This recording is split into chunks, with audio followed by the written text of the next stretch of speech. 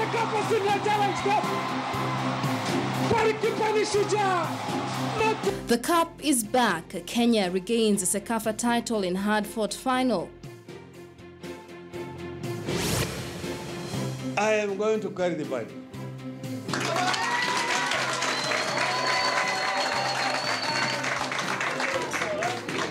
Nobody will stop me from carrying the Bible. Which way people's assemblies, why the coast is leading the charge.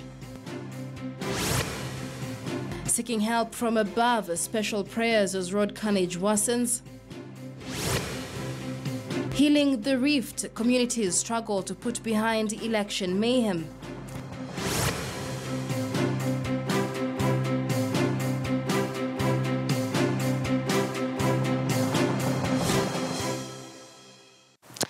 Good evening. It is Saturday, the 17th of December 2017. Welcome to CheckPoint.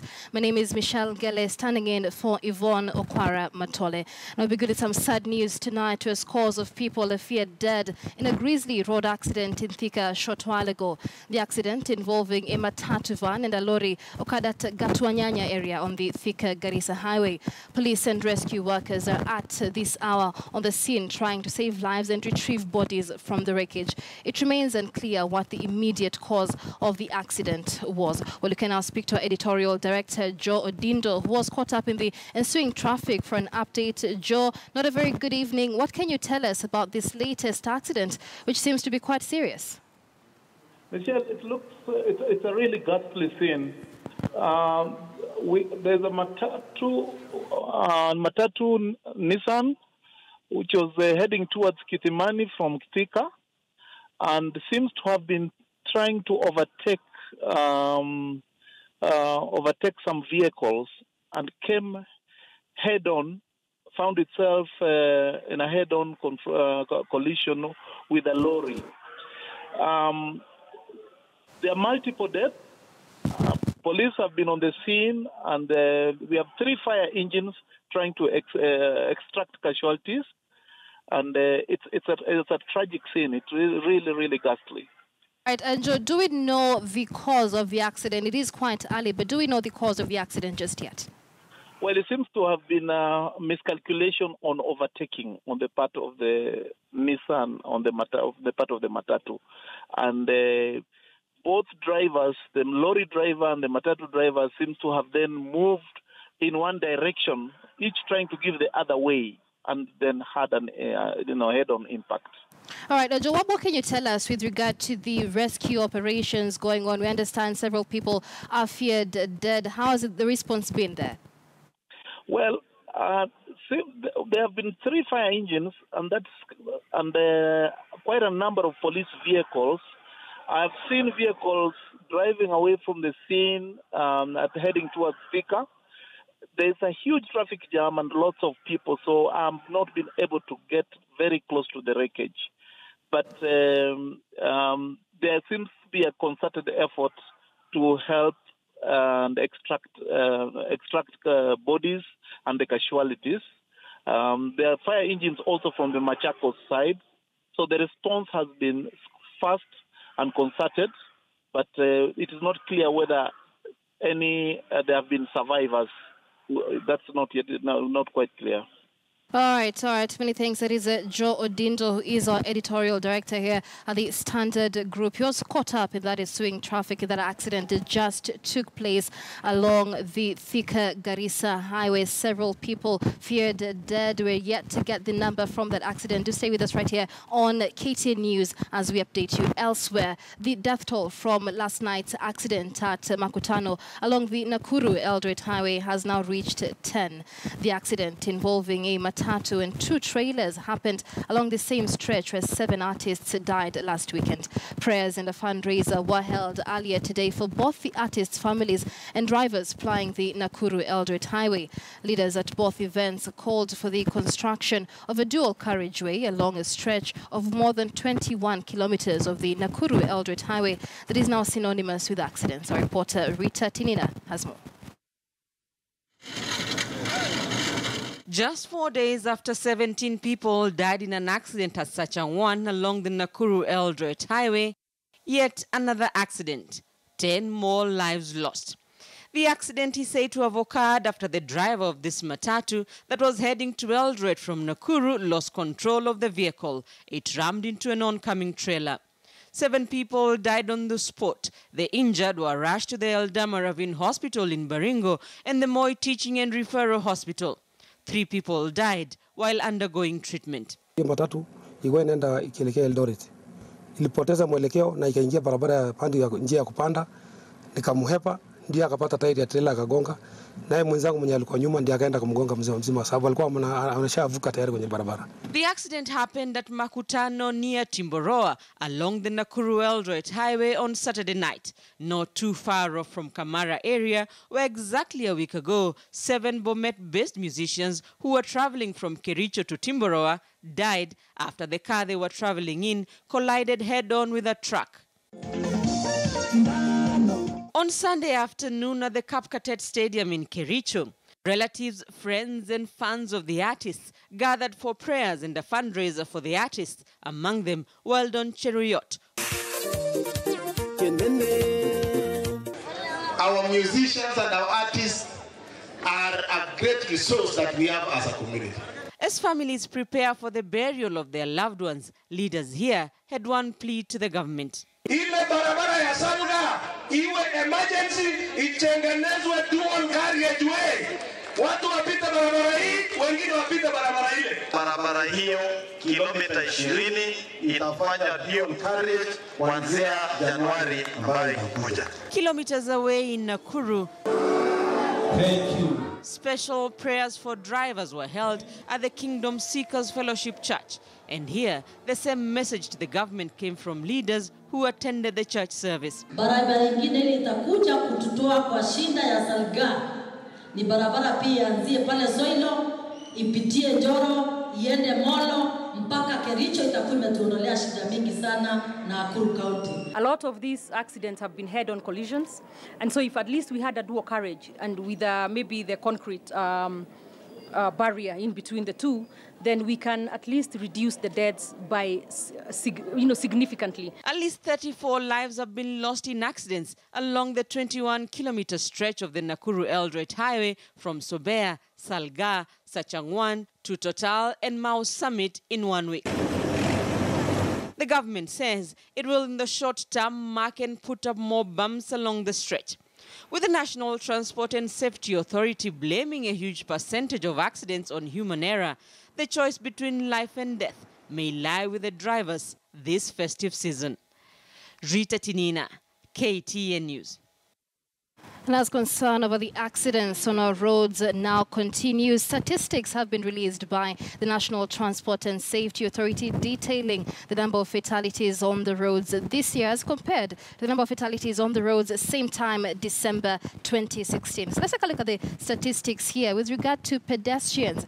In the year 2017, by December, 1,005 pedestrians have died on our roads, and this is a slight decrease from the 1,037 pedestrians who died on our roads same time this year in 2016. We're seeing there a variance of about 3% decrease in that year.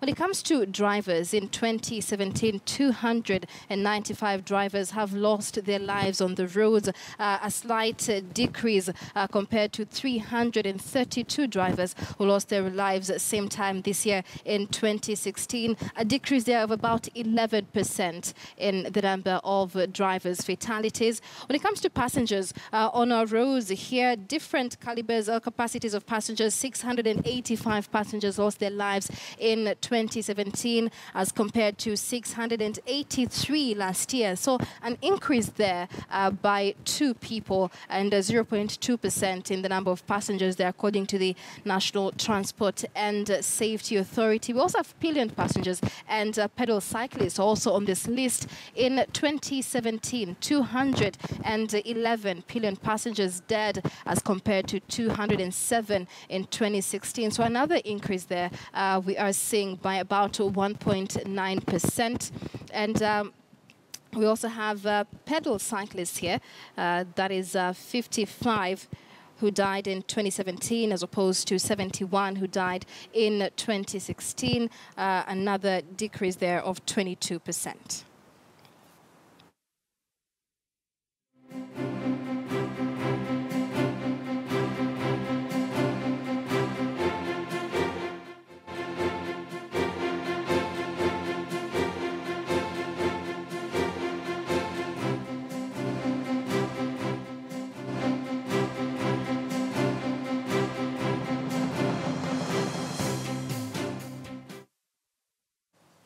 Statistics there from the National Transport and Safety Authority. This coming just in the backdrop of news we're receiving just this evening, an accident, grisly accident at the Thika-Garissa Highway. The news we have so far, 11 people have been confirmed dead, 1 driver and 10 other passengers in that accident. We were speaking just a moment ago to our editorial director, Joe Odinga, who had been caught up in that traffic ensuing there at the Thika-Garissa Highway. Grisly accident that has now left 11 people dead so far, the driver and 10 other people. Remember, Joe Dindo, they're telling us it was a head-on collision. These are statistics confirmed by police. 11 people already dead in that accident. We'll keep you updated on this news as and when it develops. All right, well, to some happier news now, and Kenya's goalkeeper Patrick Matasi was a hero of the day today, saving 3 penalties as Kenya reclaimed the CECAFA Senior Challenge Cup with a 3-2 win over Zanzibar. Both teams settled for a 2-2 draw in regular time, forcing the match to be decided by penalties. The win gives Kenya her 7th CECAFA title. Robinson and Kenya followed the action and now joins us with this story, a very happy ending to a rather anxious moment for Harambee Stars. Robinson, did you expect things to go the way they did? Well, Michelle, as you've just put it, it was a very anxious match. Lots of drama in the match. I remember Kenya was leading in the match from the 5th minute, but Zanzibar had to wait until the 89th minute to equalize. Kenyans already knew that the match was going their way, but Zanzibar had other, ideas in the match. And after, when the match went into extra time, the same thing was happening with Kenya scoring. Zanzibar had an answer. Kenya scores, then Zanzibar had an answer. But first, let's take a look at the highlights from that match where Kenya reclaimed the CECAFA Senior Challenge Cup.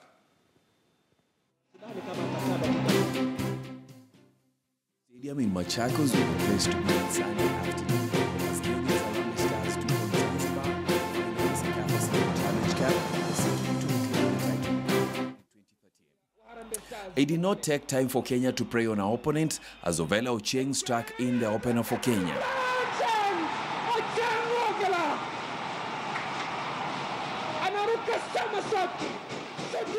Stars seemed to have the match going to their favor, but Kamisi Makame had other ideas as he slotted in the leveler in the 89th minute, forcing the game into extra time.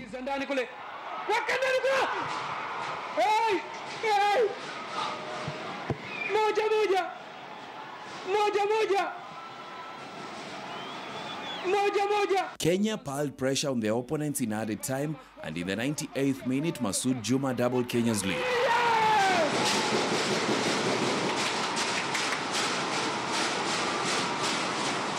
Makosa goalkeeper Mohamed Abdul Rahman yanaigharimu Zanzibar Heroes extra time.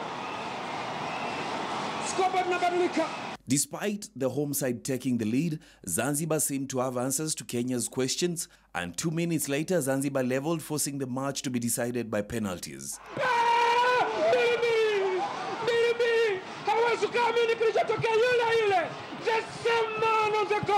Patrick Matasi turned a hero, saving penalties from Mohamed Issa Juma, Adeyum Seif and Kamisi Makame as Kenya emerged the winner.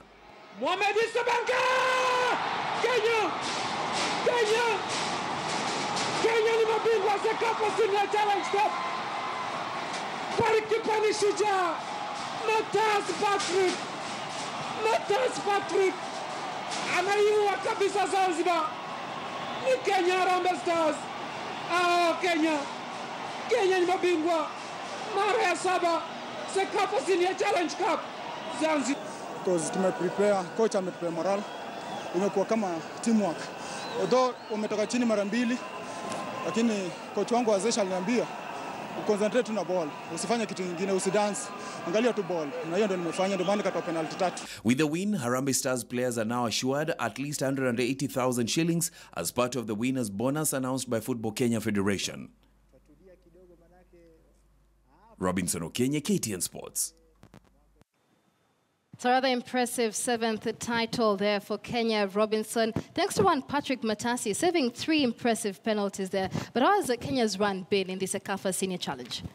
Well, Michelle, Kenya has had a good run in the championship. I remember the 2 goals that Kenya conceded in regular times, those are the only goals that Kenya has conceded in the entire period that CECAFA has been running. Those were the only 2 goals, and the other 2 that Kenya conceded in the penalties that Patrick Matasi has conceded in the entire CECAFA 2017 campaign. So he's had a good run, and I think for him being the man of the match and saving the penalties the way he did was a good way to show that he was not in goal just by show. He was there for a reason, and this goes a long way, in bringing back confidence into the team. Remember, a section of Kenyans probably had lost some confidence with the way Harambee Stars was playing, but now this will go a long way in bringing confidence back into Kenyans who probably were critics of the national team. And also, it's a good way for the national team head coach, that is Paul Put, to begin his reign as the Kenyan coach. Remember, he's almost a month old as Harambee Stars head coach, and winning the CECAFA Senior Challenge Cup, that is one way to start it. So let's take a look at, how many times Kenya has won the CECAFA Senior Challenge Cup and whom they've played in the final. So we take a look at 1975, that is when Kenya won it, and they played Malawi, and the game ended 4-3 on post-match penalties. Then in 1981, Kenya played the host Tanzania, and Kenya won 1-0. That was the second time Kenya won it. Then the following year, that was in 1982, Kenya played Uganda in the finals. The game ended 1-1, but it had to be decided on post-match penalties, where Kenya won 4-3. 1983, the following year, that was here in Kenya. Kenya won it at home. Remember, Kenya has won CECAFA Senior Challenge 3 times here at home, despite hosting the Challenge Cup 7 times. So in 1983, Kenya won it here at home. Now, in 2002, the tournament was hosted in Tanzania, and Kenya beat the hosts 3-2. 2013, that is the last time before 2017. 2013, Kenya winning here at home 2-0, beating Sudan at the Nyayo Stadium 2-0. And then we had today Kenya drawing with Zanzibar 2-2, then moving on to win with post-match penalties, winning the match 3-2. But one thing that stands out from the CECAFA Senior Challenge Cup that came to a conclusion this afternoon, remember a team like Zimbabwe pulled out citing security issues. So the whole tournament has been successful according to Football Kenya Federation, and we've not had incidences reported here and there in terms of security, and so that goes a long way in showing how the country is. Remember, a number of teams, for example, Zimbabwe, had issues with security. That is why they decided to pull out of the 2017 edition of CECAFA. We also, since it's a tournament that incorporates home-based players, so it goes a long way in giving the home-based players, an opportunity in showcasing what they can. Back to you, Michelle. All right, thank you, Robinson Kenya. There's some good news in the world of sports. All right, into some politics now, and opposition chief Raila Odinga insists he will eventually be sworn in as what he calls the people's president. Speaking in Kikambala, Kilifi County, at the inaugural launch of the Coast People's Assemblies, the NASA coalition reiterated they did not recognize President Uhuru Kenyatta's re-election. After many days of speculation over his swearing in that never was, Raila Odinga was back to the coast where original celebration was supposed to take place on Jamhuri Day. Postponing the swearing in of Raila Odinga does not mean that it will not happen. It will. English language is very simple. There's a difference between postponing and cancelling. So for those of you who have any doubt,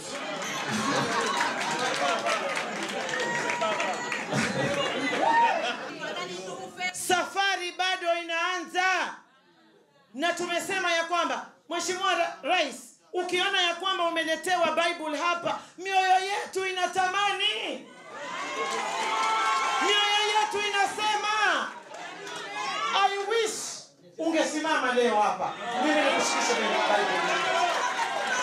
Raila maintains that he will take that oath of office. I am going to carry the Bible.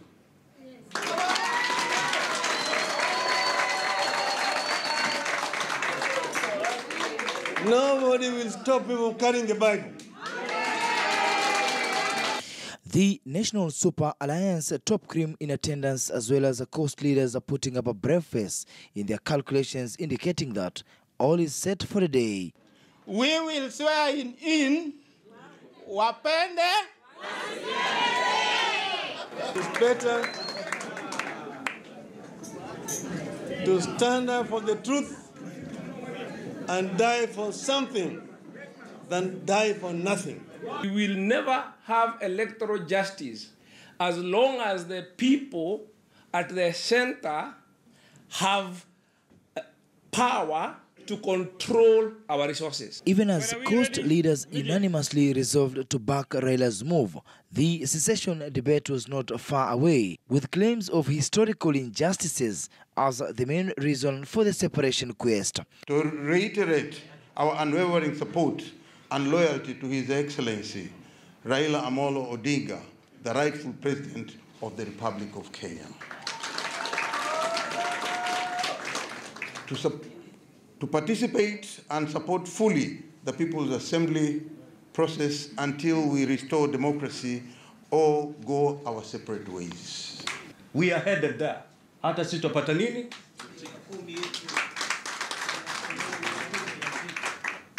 Kwa hivyo situtishe kwamba utashikwa kivipi na haki yako iko ndani ya katiba. You should never imagine that we'll shy away kuzungumza mambo ya kubakisha rasilimali katika maeneo ambayo yanatoka. It is not possible. Kama in other parts of the country you are willing kuengage wale wengine na useme kwamba tuzungumze mambo ya rasilimali, ukija kwetu tukiuliza inakuwa ni matusi. Ambio national asset. Vile nyinyi mnahisi hapa kama wapwani, hata Wakenya wengine katika pembe zingine za Kenya wanahisi hivi hivi. Politics of exclusion, politics of discrimination, politics of deprivation. Francis Mtelaki, KTN News, Kikambala, Kilifi County. You're watching CheckPoint at 22 minutes past the hour. Take a brief commercial break, but still to come.